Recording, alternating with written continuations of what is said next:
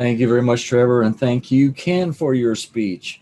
My intention today is to talk a little bit about some of the things you did right and then to offer a couple of thoughts for ways that you might be able to even improve upon this type of presentation that you gave. First of all, you've said repeatedly in the past that you consider Toastmasters to be something like a laboratory.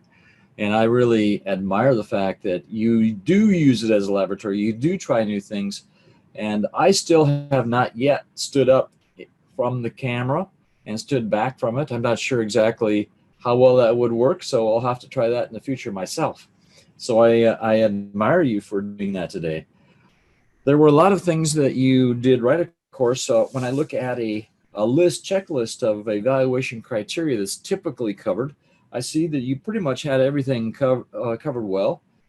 Clarity, vocal variety, eye contact, gestures, awareness of the audience, comfort level is good, the interest was good, etc. However, I want to get into some more specifics.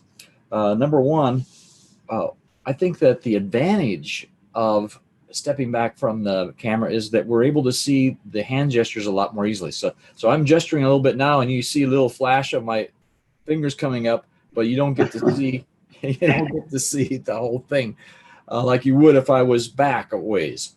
So that really was good, and I like the fact you started off with what I might call an animated presentation when it comes to vocal variety, facial gestures, body language, the use of your hands. It actually makes it a lot more lively than what oftentimes we seem to be more subdued when we're up close to the camera.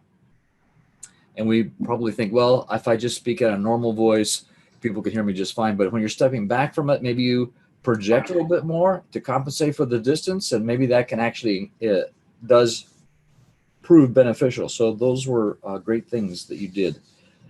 And so I like the fact that you also had a number of interesting points that you could bring out to your speech. You said, how about a emergency kit that you have in your house and your at work and in your car, etc. And these were a lot of good ideas, and I was tempted to write them down, which then brought to mind, well, wouldn't it be nice to have a PowerPoint? But of course, PowerPoint is hard to manipulate because once you started, it's hard to come. It's difficult to include a PowerPoint in a presentation that you're standing back from. So that wasn't really an option. But I think that PowerPoint is something that I'm not sure that you've used before. So you could practice that in terms of your laboratory experience. Now, with regard to the positives of standing back from the camera, you had the opportunity for a lot of gestures. I noticed a lot of your gestures had two hands that you were going together. And of course, if you were able to switch to one hand gestures on mix it up, that would be a good thing. Now, how to make your presentation even more powerful? I would say that a personal story would really add a lot.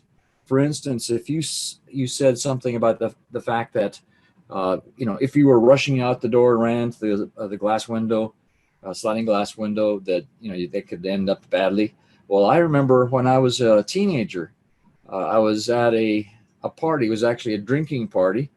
Uh, I not that I'm bragging about going to drinking parties when I was a teenager, but this is oftentimes the kinds of stuff that young people do. And some gal under the influence, there was a sliding glass doors separating the living room, or let's say the regular house, from another add-on that they had, and she ran into it and got cut badly. So this is something that, if when it's your own personal experience, it really adds an element of drama to the story and brings the audience into the situation really nicely. So those are my thoughts, and I applaud you for what you've done. Keep it up, Ken.